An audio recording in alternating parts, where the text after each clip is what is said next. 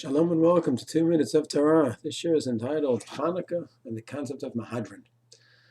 Mehadrin, which means doing a mitzvah in the nicest way, is a term used a lot in different places. But one of the primary sources really is by Chanuka, where the Gemara talks about Mehadrin.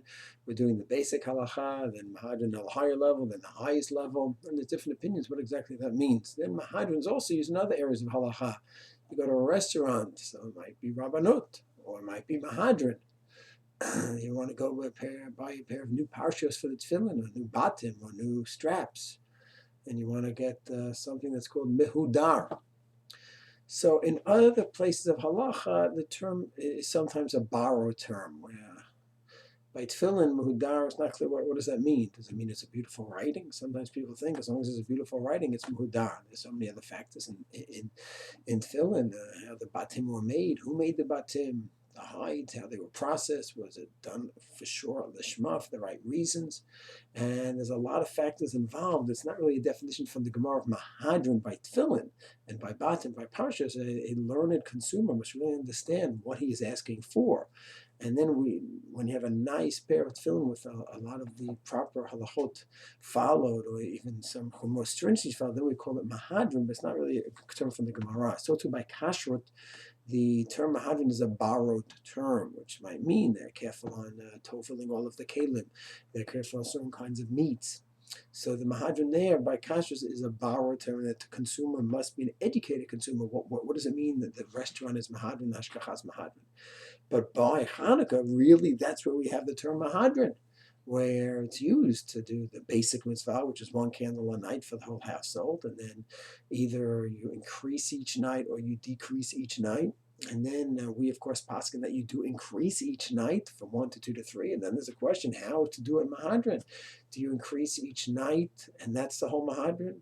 Do you increase each night for each member of the family? And of course, there's different opinions between Rambam and Tosfot and the Shulchan and the Ramah of how you do the Mehadrin. We, of course, Paskin the Ashkenazim that we increase each night, and each member of the household also does his own Chanukiah, his own Chanukiah, and increases as well. This is all discussion about Mehadrin. And the Biur Halacha has an amazing question. He says, when it comes to Psak Halacha, we always Paskin like Hillel over Shamai. And he wonders if that's the case here as well. We'll say, why not? He has a beautiful question. He raises a question. He's not saying it's Halacha l'Maaseh, but he raises a beautiful question.